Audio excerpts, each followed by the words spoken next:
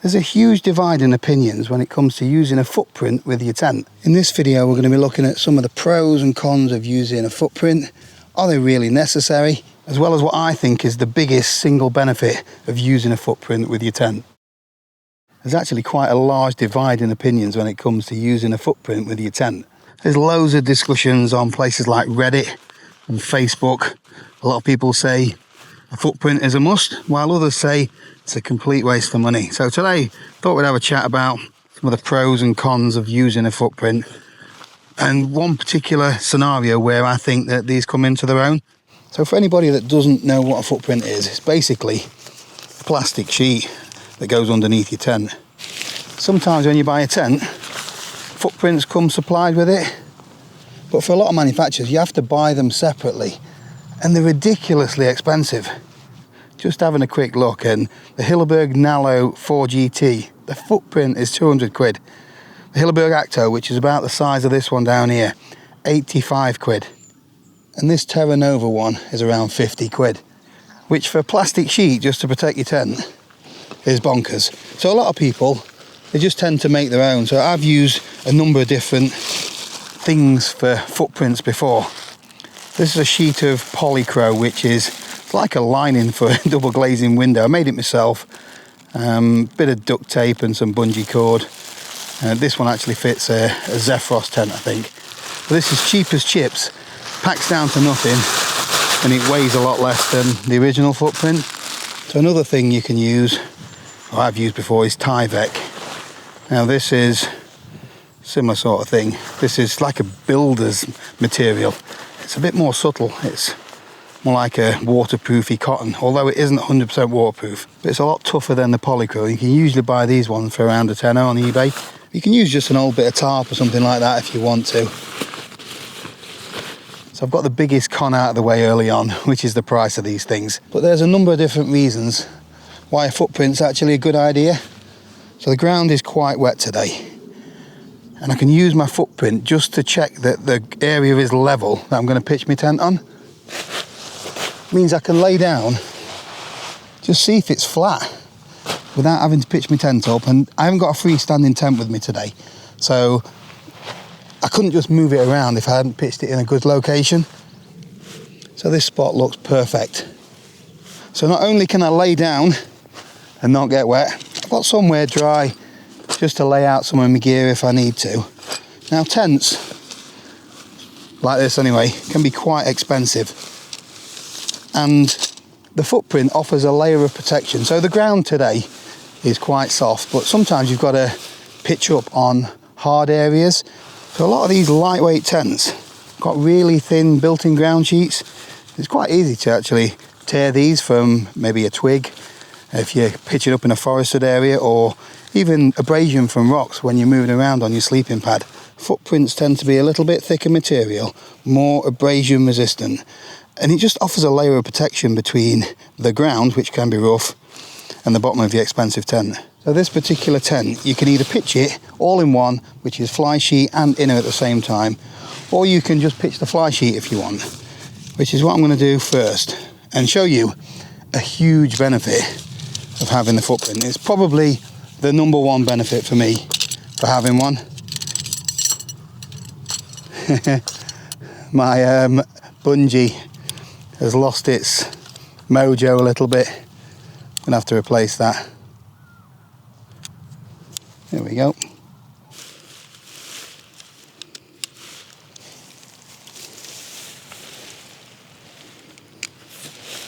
So you can get some footprints that actually clip in to the tent, so they're connected already.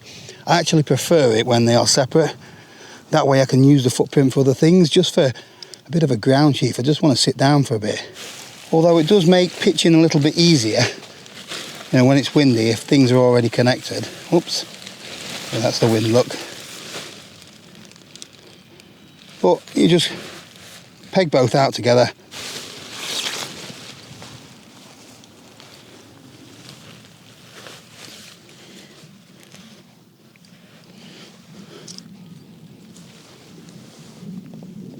So that is the outer fly pitched up along with the footprint. For me, this is the biggest reason to have a footprint with your tent. I've now got a shelter with a dry floor. So let's say it is raining and I need to get in there with all my wet gear. I can get in, get changed, just have a little cloth just to wipe the bottom of the ground sheet. I've got more space inside than I would have if the inner was in here. And at the moment, my inner is completely dry, so I could zip the door up, get out of all my wet gear, just mop the ground sheet or footprint up a little bit, change into some dry clothes, and then think about, at some point, putting the inner tent inside while I'm in it. That is perfect for multi-day trips. So I used this tent when I did the Derwent watershed, and it was chucking it down, and I had my inner and my outer separate, but managed to keep the inner really dry. I could get out of the elements and just chill out for a little bit without worrying about setting everything up in a smaller space, because it's a small tent anyway. I'm not sat in a puddle or mud. Don't get me wrong, I could have done this with just a sheet of polycro or a bit of old tarp, just cut to smaller than the tent. So that's one thing you need to know about a footprint. It does need to be smaller than the outside measurements of the tent. Otherwise, if your footprint is sticking out here, rainwater comes down and then it just runs inside and it goes underneath your actual ground sheet of your inner. Or if you're not using an inner, then you're going to get it on your sleeping pad and all of that kind of stuff. So the footprint needs to be a little bit smaller. So if you're cutting something yourself, just make sure, it's a few centimetres shorter than the actual tent outer fly. Right, it's that time to say thank you to Squarespace for sponsoring the video today and supporting the channel. So we've been using Squarespace for our websites now for a few years, and we chose Squarespace because we had no idea when it came to web design, and we wanted something that was really easy to use.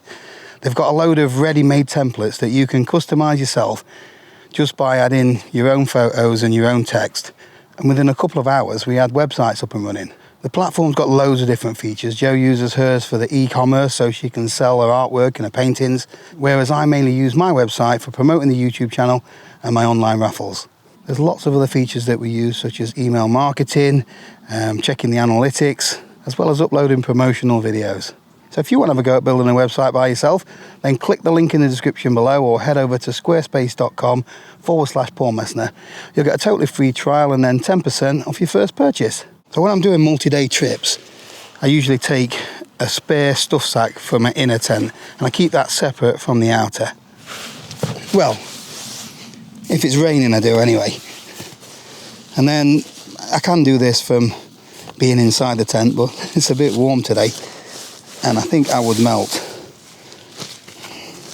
But yeah, I can just clip this in, set it up from inside here, and my ground sheet of my actual tent will stay dry because I've got the footprint underneath. It'll also stay protected from any twigs or rocks or anything like that. And then when it comes to packing away, I can remove this first, and then if it's raining or my fly sheet is wet in the morning, I can just pack that away separately. And then the next night I've got a dry inner again. So I can do all of this whilst being inside the tent. Clip the bungees on there. That hook's on there. And that clips in there. Same at the other end. I'll clip the full inner in a minute, but you can also just leave the corners tied in. Let me undo that one. I can have all my sleeping kit inside, so I can set up my pad, put my sleeping bag in, stuff like that. But just unclip the top bit and then I've just got more room inside, because these little solo one-person ultralight tents, they've not got a lot of room in them. Also means if I need to do a bit of cooking, it's easier to wipe off any condensation you might get from boiling a bit of water. So I've got a little bit of dry space as well to store some of my gear. If I do need to do a little bit of cooking, I just unhook this bungee here and just pull the ground sheet out of the way. Then I can put my little stove here, and then when I'm done, just hook it back on. So when it comes to bedtime, I just clip in my inner. So there's one bit there. Come on. It's easier if you haven't got it to hold a GoPro. I still call it a GoPro even though it's a DJI. So I'm not actually sat on the inner at all. I am sat on the footprint. So I'm keeping dry. And then I can just go around and clip this in. This is in a really small tent as well. It's much easier when you've got a bigger tent. And it's much easier when you use two hands. And to do the last bit, I just sit in the inner. But I couldn't have done this without getting a wet backside if I didn't have the ground sheet or footprint.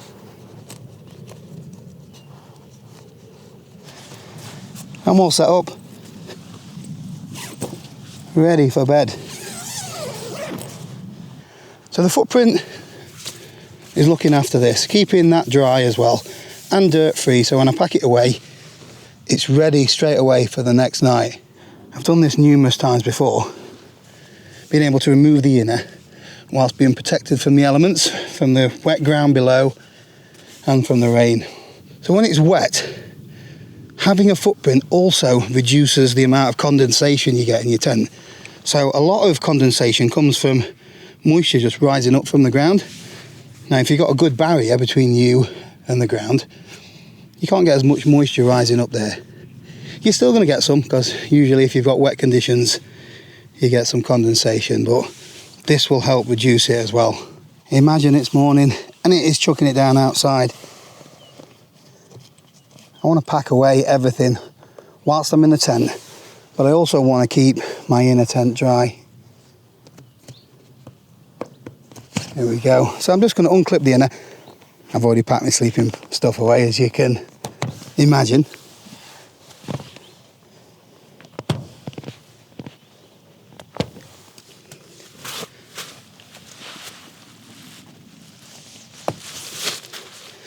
I can put this into a bag, all dry, bottom's dry because the footprints kept it dry. Once this is nicely in a dry bag, I can wipe off all of the condensation from the inside of the fly sheet. I can also put my waterproofs on, can then take up this ground sheet if I wanted to, make sure that's all nice and dry as well, and then think about heading out into the rain and taking down the tent. And then the following evening, same again. It might be that your fly sheet's not had chance to dry, but because the inner's not in here, got a nice ground sheet, I can wipe any moisture off that, wipe the inner of the fly sheet, and just make it a much more comfortable place to be in. It means I can keep my inner dry or my sleeping kit dry, and all that is made so much easier just by having this little plastic sheet. So you could also use a tarp. Imagine this is a tarp. That would give you multiple options. Let's say you just wanted to stop for a little while and it's raining, just have a little bit of shelter. You could use that with trekking poles, but you can also use it as your tent footprint as well. But you do need to bear in mind, tarps are usually rectangular, that you don't have any of this sticking out of your tent, because rain would come down there and would go underneath. So this needs to be out of the way and a few centimetres at least inside your fly sheet. This is where a custom fitted footprint is obviously better, easier to manage. It's entirely up to you how you do it, but what do you think? What's your thoughts on a footprint? Do you use one? Are there any other benefits that you can see that I've not spoken about? It could potentially increase the life of your tent by protecting the bottom of your ground sheet from holes and abrasion. You could use it as a makeshift tarp, even this shape. You know, it's got bungees on it, and little eyelets, so you could put a trekking pole through there, just make a small tarp just to get you out of the rain while you have a brew or a rest. You could save a few quid by making one yourself to shape using Polycro. I think I've got a little short or video knocking around. I will link it in the description if I can find it, show you how I made this one. Make sure to let me know in the comments what you think. I do agree that they are very expensive for what they are, these footprints. I do guess it's personal choice whether you choose to use one or not. Do you think that manufacturers should include them as standard? Just a quick one, tent fully packed away and it is bone dry. Grass is still damp, but the only thing that I will need to air out a bit is this footprint. It's much easier than having to air out a full tent.